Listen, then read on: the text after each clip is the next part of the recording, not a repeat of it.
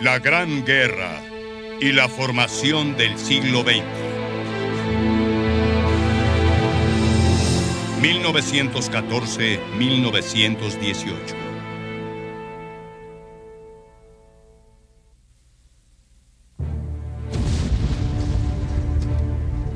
Mientras soldados de toda Europa se dirigían a la guerra, el periodista Philip Gibbs se reportaba en Inglaterra.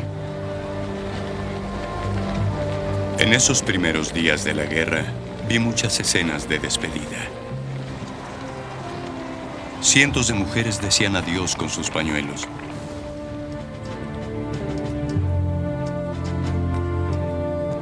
El dolor de la despedida se olvidaba entre el entusiasmo y el orgullo que sentían aquellos que estaban en camino de la lucha para defender sus antiguas tradiciones. No había lágrimas entonces, solo las mías. Sentí una emoción que me estremeció. Pues más allá de la fiesta de partida, veía los campos de batalla.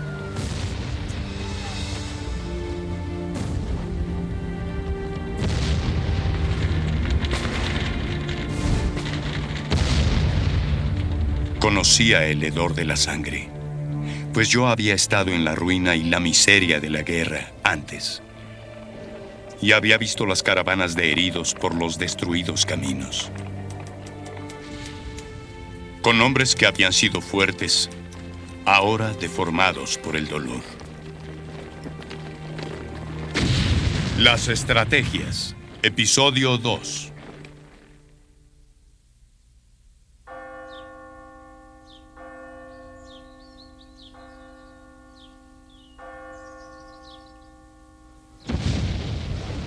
En Alemania, mientras se movilizaba el ejército, un estudiante llamado Walter Limmer era uno de esos hombres ansiosos por servir a su país.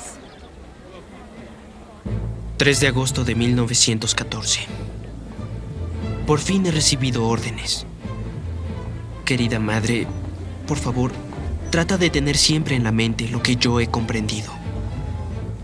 Si en este momento pensamos solo en nosotros y en nuestras pertenencias, seremos despreciables y débiles. Hay que tener una visión amplia y pensar en nuestra nación, en nuestra patria y en Dios.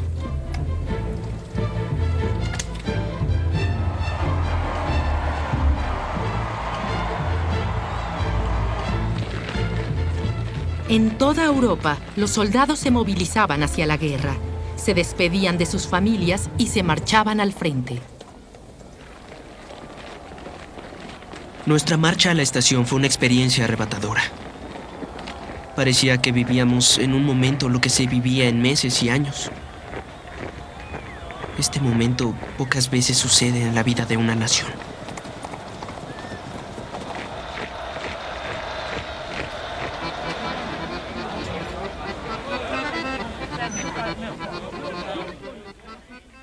La estrategia de Alemania, el plan Schlieffen, requería de gran precisión.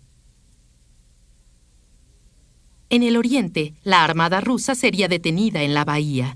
En el occidente, el ejército alemán evitaría al ejército francés, movilizándose hacia occidente a través de Bélgica y girando en un gran arco hacia el sur hasta Francia. El ejército francés estaría atrapado entre París y su propia frontera. La guerra en el frente occidental se acabaría en 6 semanas. Y el ejército alemán partiría hacia Rusia. El Kaiser resumió el plan en una frase: la comida en París, la cena en San Petersburgo.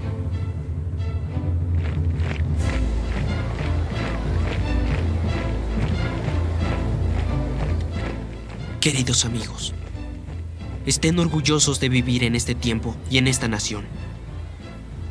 Y que ustedes también tengan el privilegio de enviar a aquellos que aman a esta gloriosa batalla. Es un orgullo ir al frente con estos compañeros. Nosotros estamos destinados a vencer.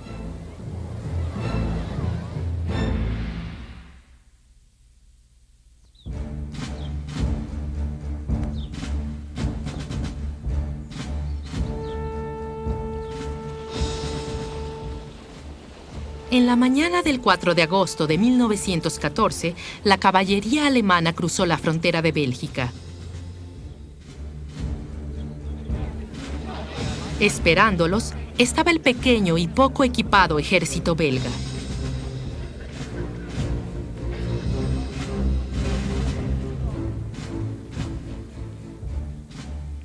Los belgas se enfrentaban al ejército más poderoso del mundo, 10 veces mayor que el suyo.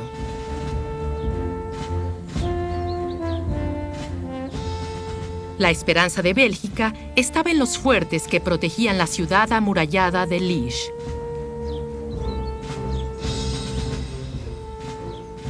Pero el ejército alemán tenía planes para los fuertes. Estrenaron un arma secreta, el mortero más grande del mundo, la Gran Bertha.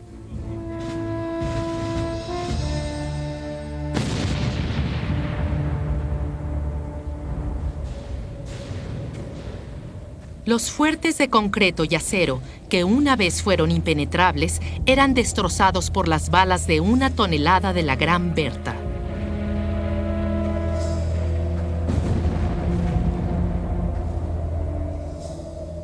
Un comandante belga describió el desenlace. El fuerte está en ruinas. Estamos en una oscuridad total y es difícil respirar debido a los gases tóxicos y venenosos. El enemigo nos pidió que entregáramos el fuerte. Preferimos la muerte antes de rendirnos.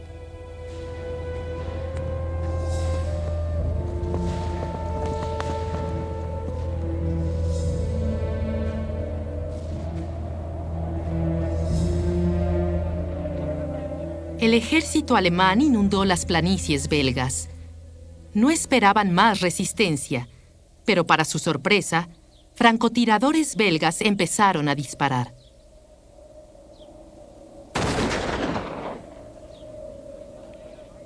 La guerra en Bélgica se convirtió en una experiencia terrible porque los civiles se involucraron en la lucha.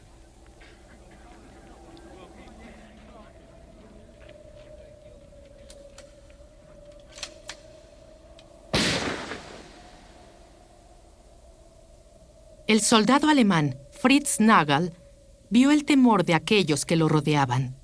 Este temor se convirtió en venganza contra víctimas inocentes. Si no disparaban primero, nadie sabía dónde estaba el enemigo.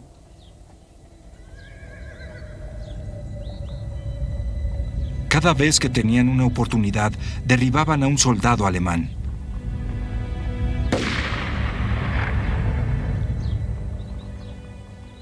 Había poca resistencia contra ese tipo de ataque, ya que las calles estaban llenas de civiles y también las casas.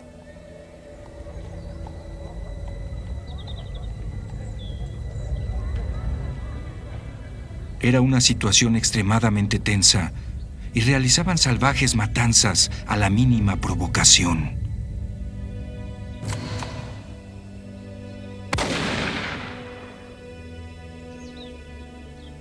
Mientras marchábamos hacia Louvain, los civiles asustados salían a las calles con las manos en alto en señal de rendición.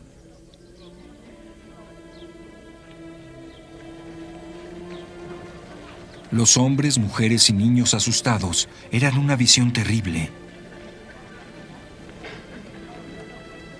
Para entonces, los soldados alemanes también estaban asustados. Once the opinion comes up that there is systematic fracturous action, then you get the Recibían la orden de sus superiores de ser lo más duro posible para ponerle fin a todo desde el primer momento.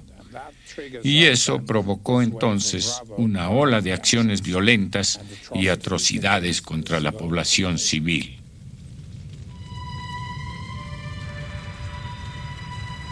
Morirían 10 civiles, se dijo a los belgas, por cada soldado alemán que mataran.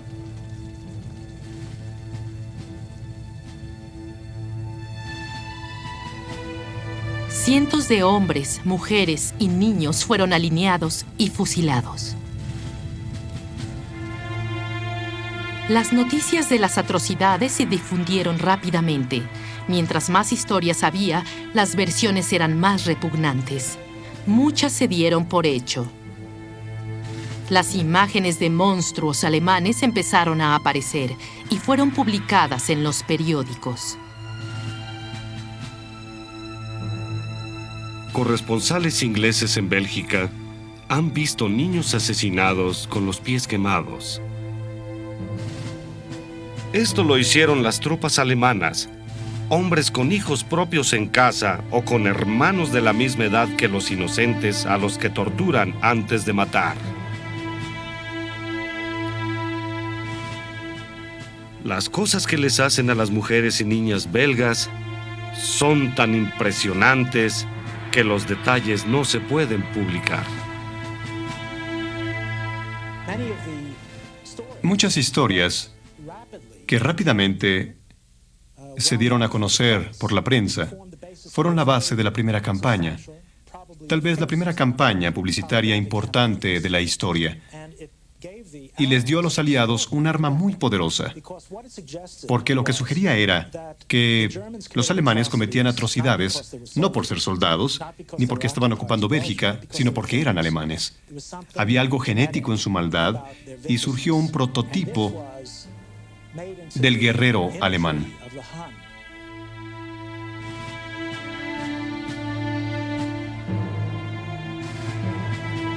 Los belgas habían detenido al ejército alemán por pocos días. Pero Alemania pagaría caro el precio de la ocupación de esta pequeña nación que luchaba por sobrevivir. El símbolo de la pobre Bélgica perseguiría a los alemanes en los siguientes años.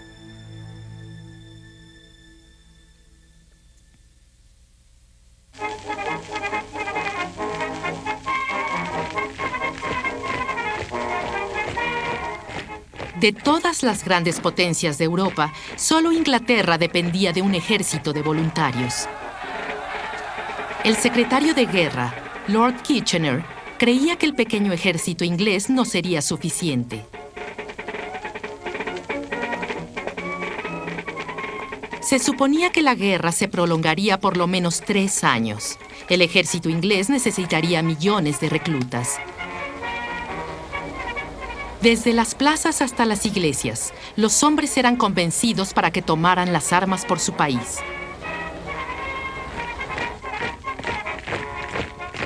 El Yorkshire Post publicó cómo incluso un partido de fútbol se convirtió en un centro de reclutamiento.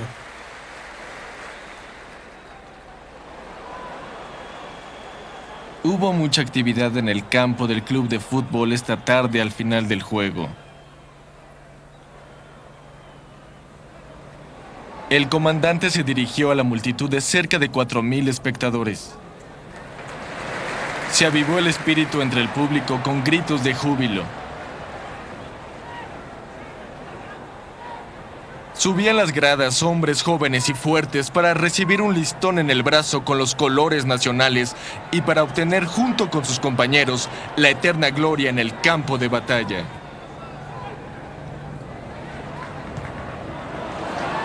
Cuando se calmó el público, habían reclutado un total de 149 voluntarios. La esposa del alcalde pidió que se enlistaran otros 51. Otro discurso se pronunció, y otra vez los gritos de júbilo. Y cantando "Es un camino largo a Tipperary", la cuota se completó.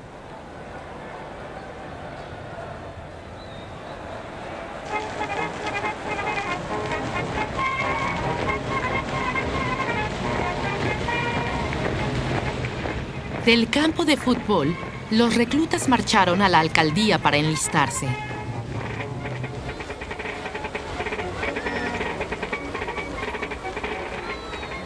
Los voluntarios debían tener buena salud, buenos dientes y entre 19 y 30 años. Únete con tus amigos era la frase de los reclutas. El movimiento de los amigos en Inglaterra se extendió con rapidez y se convirtió en un asunto de orgullo nacional y de orgullo comunitario. El formar batallones locales de amigos que peleaban juntos, se enlistaban juntos, hacían el servicio, se entrenaban juntos, etc. Y así, para fines de septiembre de 1914, Kitchener tenía su gran ejército.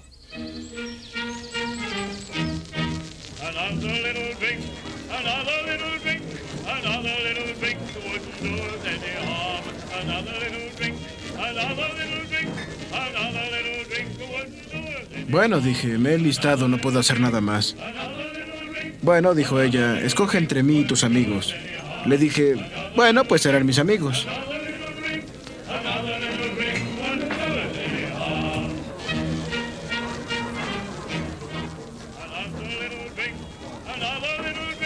Me preguntaron mi estatura y se las dije.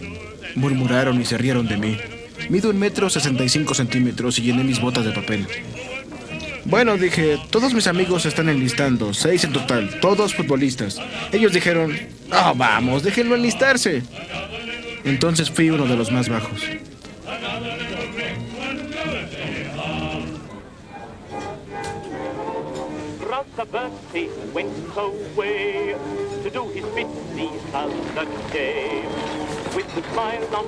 Enlístate hoy. As the train moves out each saying, remember me through all of the fun. Then he wagged his paw and went away to war, shouting out these pathetic words. Goodbye, goodbye, wife dear, baby dear, from your eye. Those cars, I know, I'll be.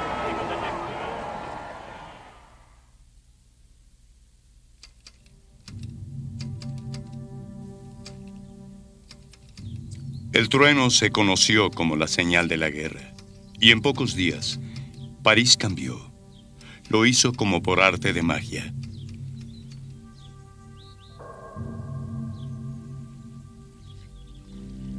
El silencio cayó sobre Montmartre, y los músicos y las orquestas empacaron sus instrumentos y se escaparon con rostros temerosos hacia Berlín, Viena y Budapest.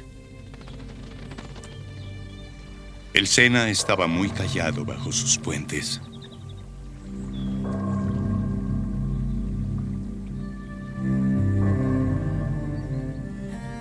Las mujeres se escondían en sus habitaciones, preguntando a Dios cómo iban a vivir ahora que sus esposos se habían ido a la guerra.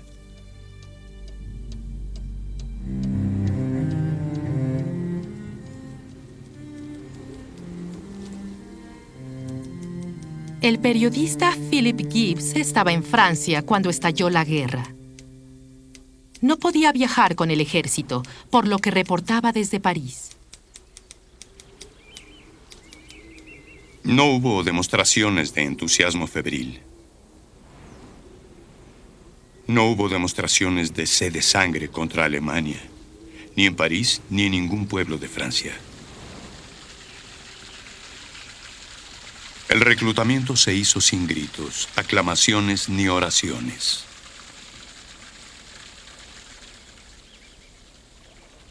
El silencio en París era asombroso.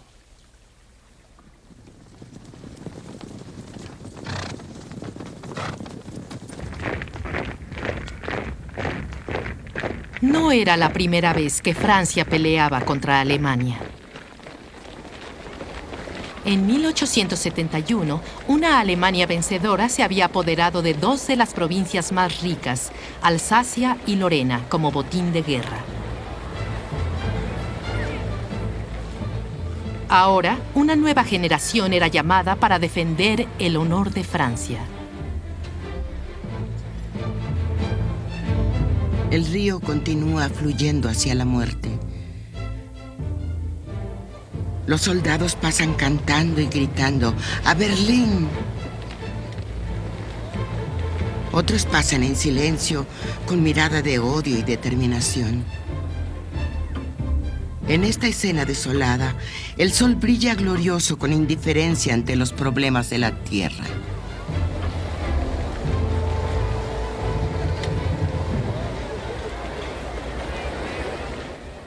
La señora Camille Drummond, de la aristocracia francesa, era una de esas madres que vio a su hijo partir hacia la guerra.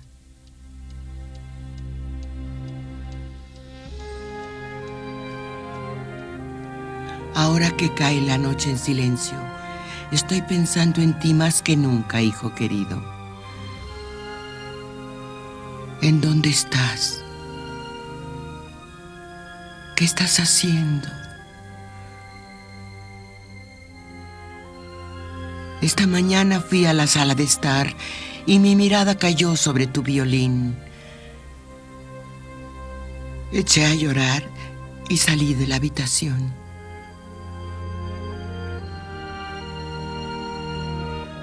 Como muchos otros en Francia, la señora Drummond no estaba lista para otra guerra.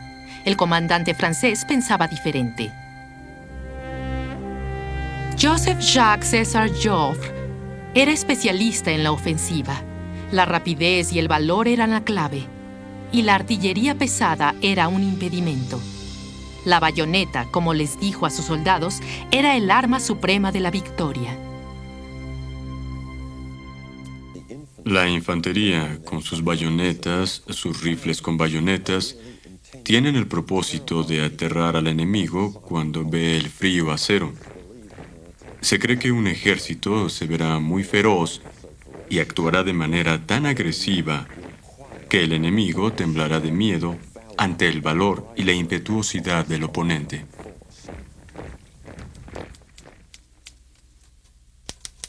Al amanecer, bajo la pálida luz de la mañana, cruzaron los puentes con sus rifles relucientes. Y los abrigos azules con pantalones rojos de la infantería los hacían parecer en la distancia soldados de juguete de la habitación de un niño. Cerré los ojos para no ver el brillo y el relucir de este caleidoscopio. ¿Qué significa esta marea continua de hombres armados?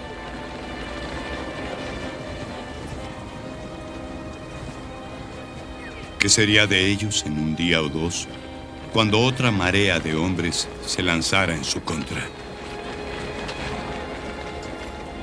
Joffre estaba decidido a luchar contra Alemania y ganar las provincias que Francia había perdido. Subestimando la fuerza de la invasión alemana en Bélgica, los franceses siguieron su plan de movilizarse al oriente, hacia Alsacia y Lorena.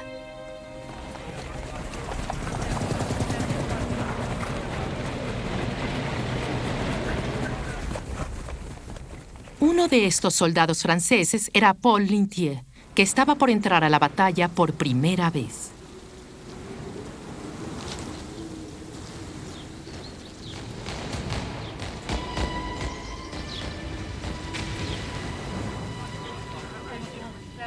Una sensación aterradora me cerraba la garganta.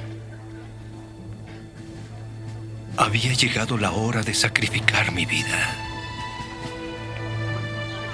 Mi cuerpo sangrando se quedaría tirado en la tierra. Lo presentía. Era el final. No tardó mucho en llegar, pues solo tengo 21 años. Contra la artillería pesada y las ametralladoras, el valor de Lintier no hizo ninguna diferencia. Su regimiento, alineado en una formación del siglo XIX, avanzó a plena luz. Las balas pasaban entre nosotros. El enemigo estaba avanzando. Grupos enteros de infantería cayeron. Habíamos perdido la batalla.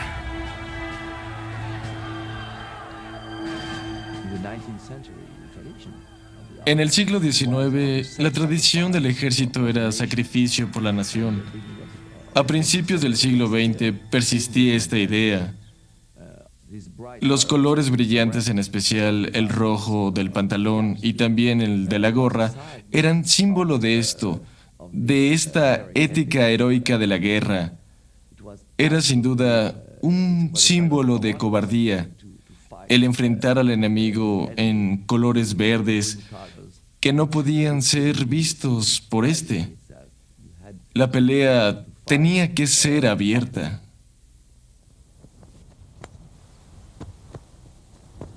En 4 días, más de 40.000 soldados franceses murieron, 27.000 en un solo día. 22 de agosto de 1914, el día más sangriento en la historia bélica francesa. Pronto, el ejército francés tuvo que retirarse. Un sentimiento de vergüenza nos invadía al pasar por estas aldeas que habíamos sido incapaces de proteger. Las estábamos abandonando a la furia del enemigo. Mientras el ejército francés se retiraba, Joffre notificó al gobierno que en 12 días los alemanes estarían en las afueras de París. ¿Estaría la ciudad preparada?, preguntó, para resistir al ataque. Todos los que pudieron huyeron del avance de los alemanes. Trenes y carreteras estaban inundadas de refugiados. La señora Drummond los vio pasar desde su ventana. Es difícil imaginar algo más triste que el río de fugitivos por las calles de Francia.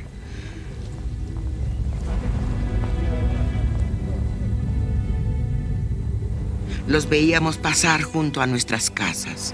Venían de todas partes, apilados en carretas, con sus animales, sus camas y todas sus pertenencias.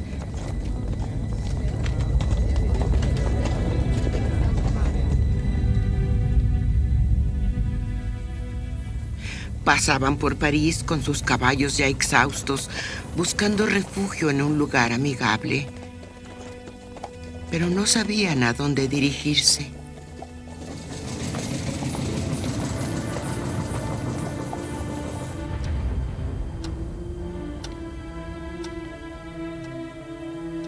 Por el momento, su única idea era ir lo más lejos posible, hasta los confines de la tierra.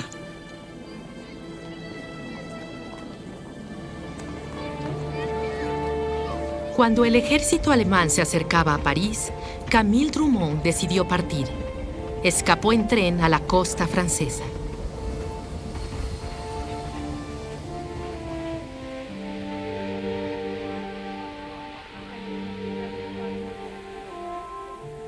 Los trenes con los soldados y heridos se detenían como nosotros en vías paralelas.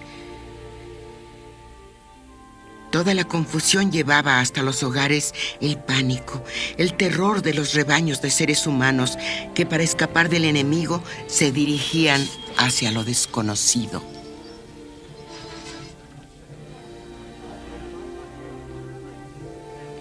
Otro tren nos alcanzó y a la luz de la luna, los 2 trenes parecían un largo cortejo fúnebre.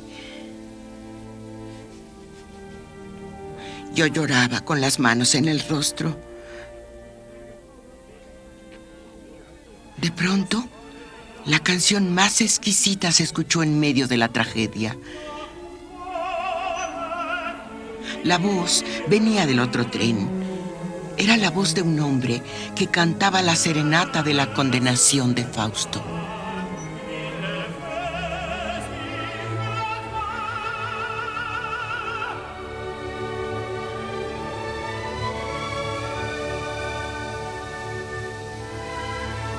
Esta canción me iluminó el espíritu y sacó mi alma de la desesperación.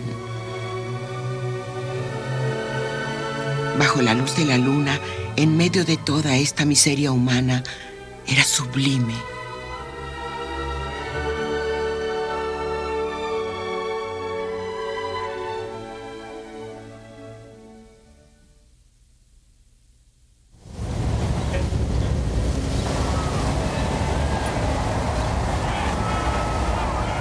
Mientras los refugiados escapaban de la guerra, las fuerzas regulares extraordinarias británicas cruzaban el Canal de la Mancha. Entre los soldados estaba un irlandés de 20 años, John Lucy.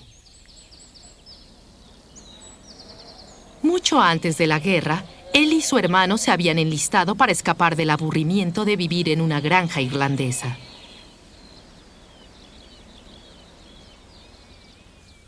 Estábamos cansados de nuestros padres, de todos sus consejos, de la esencia embotellada de café, de la escuela y de los periodistas.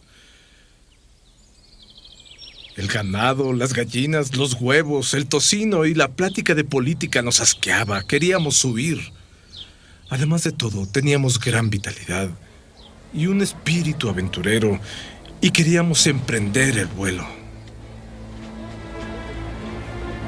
Tuvimos nuestra aventura y nos enlistamos.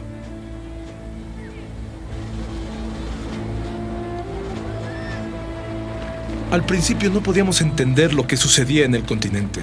¿Contra quién pelearíamos? ¿Franceses, rusos, alemanes? ¿Qué importaba? Una dosis de nuestros disparos, seguidos de las bayonetas irlandesas, pronto arreglaría todo.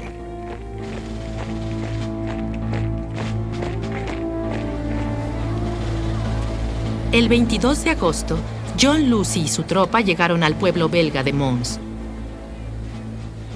Al día siguiente, se enfrentaron al ejército alemán, cuya fuerza era 3 veces mayor. Los alemanes los atacaron en grupos que avanzaban hombro con hombro a campo abierto.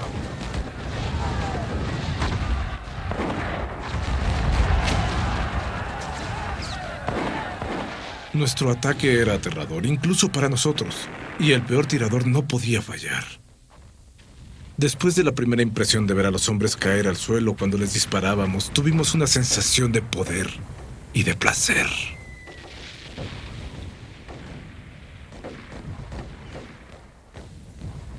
Pero en cuestión de horas, John Lucy se asombró al escuchar que el ejército inglés recibía la orden de retirarse. Los soldados en Mons creían que habían ganado, pues habían detenido el avance del enemigo por un tiempo. Yo creo que el hecho de retirarse en ese momento les produjo un sentimiento de frustración y de agotamiento. Pero simplemente el peso del avance alemán era demasiado para una fuerza tan pequeña que acababa de llegar al frente de batalla. Cada célula de nuestro cuerpo pedía un descanso. Los hombres dormían mientras marchaban y soñaban caminando. Hablaban de sus casas, sus esposas y sus madres, de sus humildes ambiciones, de cerveza en tabernas de pueblo, y hablaban de fantasías. Las mentes de los soldados se nublaban, mientras que sus pies se movían en forma automática. Al igual que el ejército inglés, las fuerzas alemanas que avanzaban estaban exhaustas. Y mientras las fuerzas alemanas se internaban en Francia, se fueron separando. Para unirse no se movilizaron hacia el occidente como habían planeado, sino hacia el oriente de la capital. Los alemanes estaban a solo 25 millas de París. Esto les dio por fin a los franceses la oportunidad de atacar los flancos del ejército alemán. Fallar esta vez significaría perder París y también la guerra. Paul Lintier se sorprendió al ver que aún los autos de alquiler se dirigían a la batalla. Dentro de estos autos vi a los soldados durmiendo con las cabezas hacia atrás. ¿Heridos?, pregunté. No respondieron desde un auto. Es la 7ª División de París. Se dirige hacia el frente. Lo que siguió fue la batalla de Marne. Duró 6 días y pelearon 2 millones de hombres. Cuando terminó, el avance alemán se detuvo.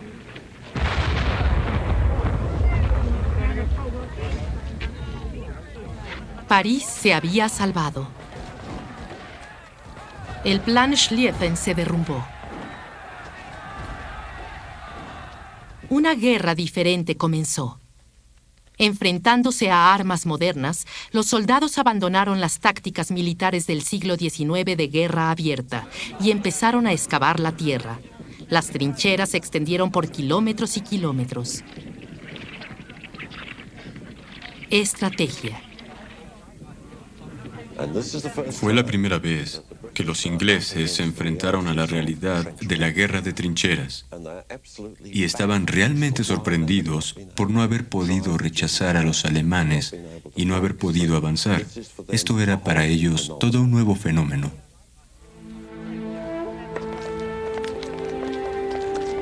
$400,000 soldados franceses perdieron la vida solo para quedar iguales.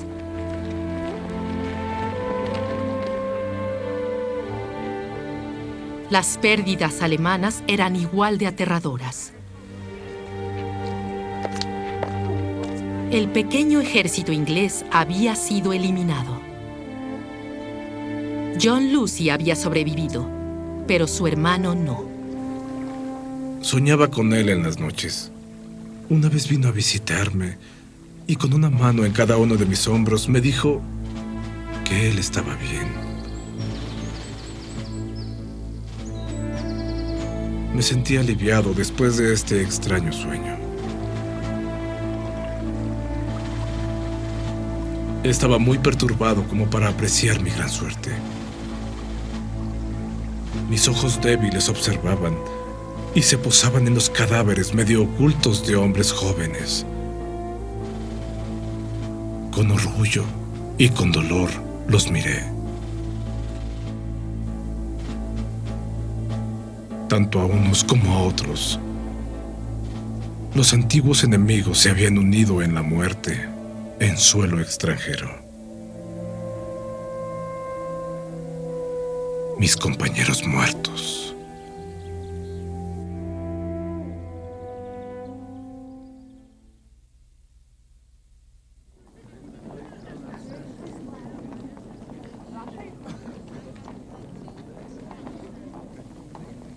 Mientras las fuerzas alemanas avanzaban hacia Francia, los ciudadanos alemanes abandonaban sus hogares. Escapaban de una nueva amenaza. El ejército ruso se había movilizado más rápido de lo esperado. Estaban invadiendo Alemania para apoyar a Francia. Ahora Alemania enfrentaba una guerra en dos frentes. El ejército ruso era 4 veces mayor que el alemán, pero sus tropas no eran tan peligrosas como aparentaban. El ejército ruso era fuerte y débil. Había aumentado en forma muy rápida y eso significaba un exceso de desgaste de la infraestructura, con muy pocos oficiales y, sobre todo, con muy pocas armas. Era todavía un enorme grupo de campesinos sin entrenamiento.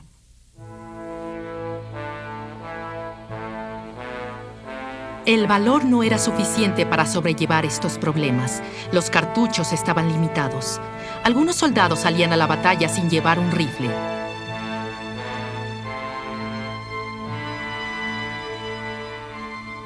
Los comandantes rusos, Pavel Rennenkampf y Alexander Samsonov, no tenían buenas relaciones. Para rodear 75 kilómetros de lagos, los generales rusos dividieron al ejército en dos. Fue un error. Los alemanes se movilizaron hacia el sur, en donde controlaron y rodearon al ejército de Samsonov, en la batalla de Tannenburgo. La derrota del ejército ruso durante la campaña oriental de Prusia, que en Europa es conocida como la batalla de Tannenburgo, fue causada por la incompetencia de los generales rusos que dirigieron la campaña.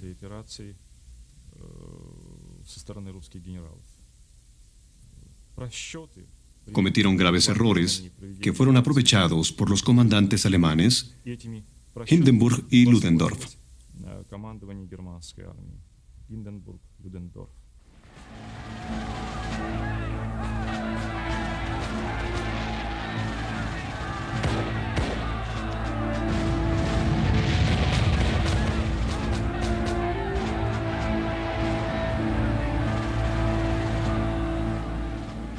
Las ametralladoras alemanas eran mortales. Aniquilaban líneas de rusos en un instante, mientras que se levantaban en los campos de patatas disparando y avanzando.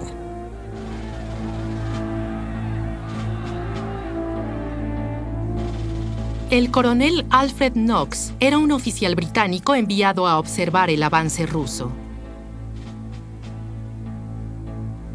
En lugar de eso, presenció cómo aniquilaban al ejército de Samsonov.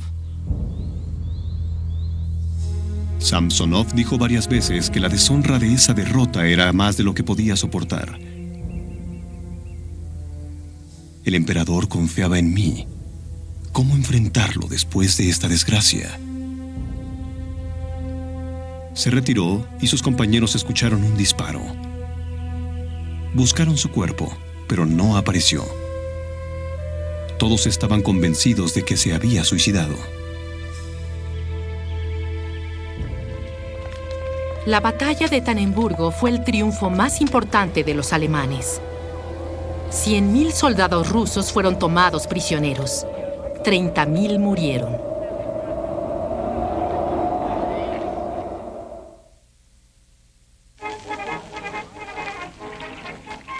Como las armas de guerra eran cada vez más mortíferas, los soldados inventaron otras formas de defensa. Visores de cadena para proteger los ojos de las granadas. Armaduras antibalas.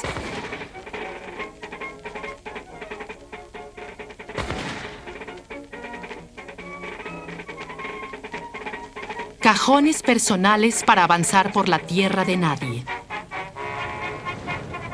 Estos inventos no brindaban mucha protección. Lo mejor que podían hacer era seguir excavando bajo la tierra.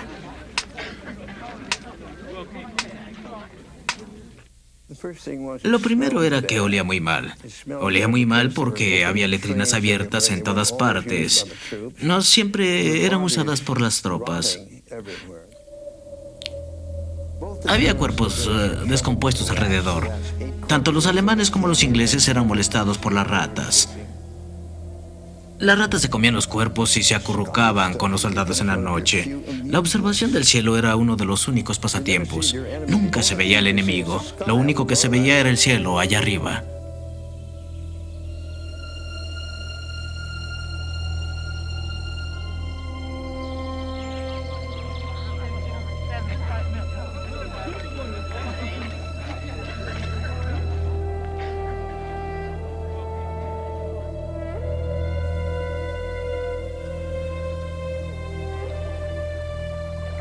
Tengo un pequeño y húmedo hogar en una trinchera, por donde se filtra el agua continuamente.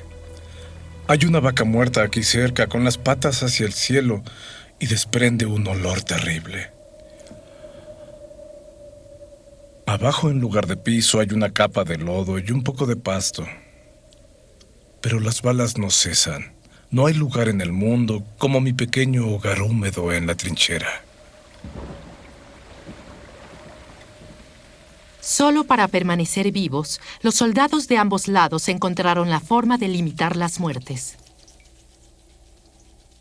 Los comandantes dejaron muy claro que tenían que disparar cierto número de balas al día solo para hacer la vida del enemigo miserable, pero disparaban en una hora en que sabían que el enemigo no estaría cenando. No disparaban de las posiciones desde donde podrían herir a muchos enemigos. No le hacían demasiado daño al enemigo, pero el enemigo tampoco les hacía demasiado daño y por tanto vivirían para luchar un día más.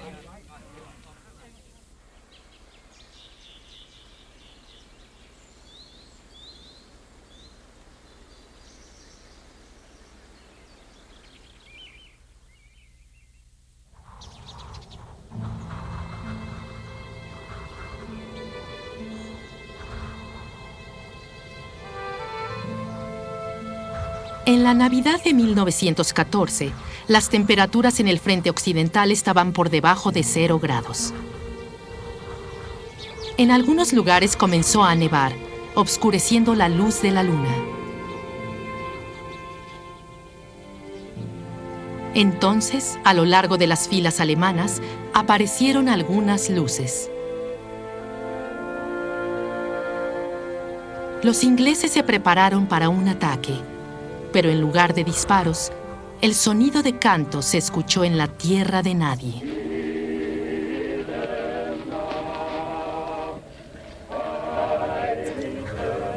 Se podía escuchar a los alemanes cantando Noche de paz, noche de amor.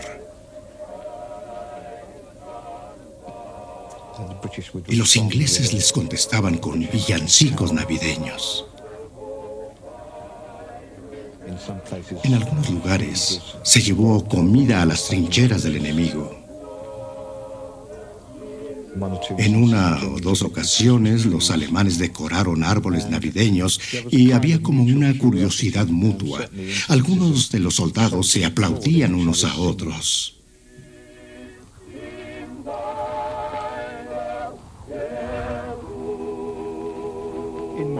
En otros lugares, en Navidad, los primeros curiosos, un poco necios quizá, de ambos lados, sacaron la cabeza de la trinchera y cuando se aseguraron de que alguno de los enemigos del otro lado no les iba a disparar, comenzaban a salir con precaución. El capitán Charles Stockwell fue uno de los primeros en salir. Corrí hacia la trinchera y me encontré a los sajones gritando: ¡No disparen! ¡Hoy no queremos pelear! Les enviaremos cerveza. Un oficial alemán apareció caminando hacia el centro de la tierra de nadie. Entonces salí para saludarlo. Entre aplausos de los lados, nos conocimos y nos saludamos formalmente. Se presentó como el conde de no sé dónde. Parecía ser un hombre muy educado. La tregua de Navidad fue la última señal del siglo XIX. Con eso quiero decir que fue el último momento en que se afirmó que la gente era buena.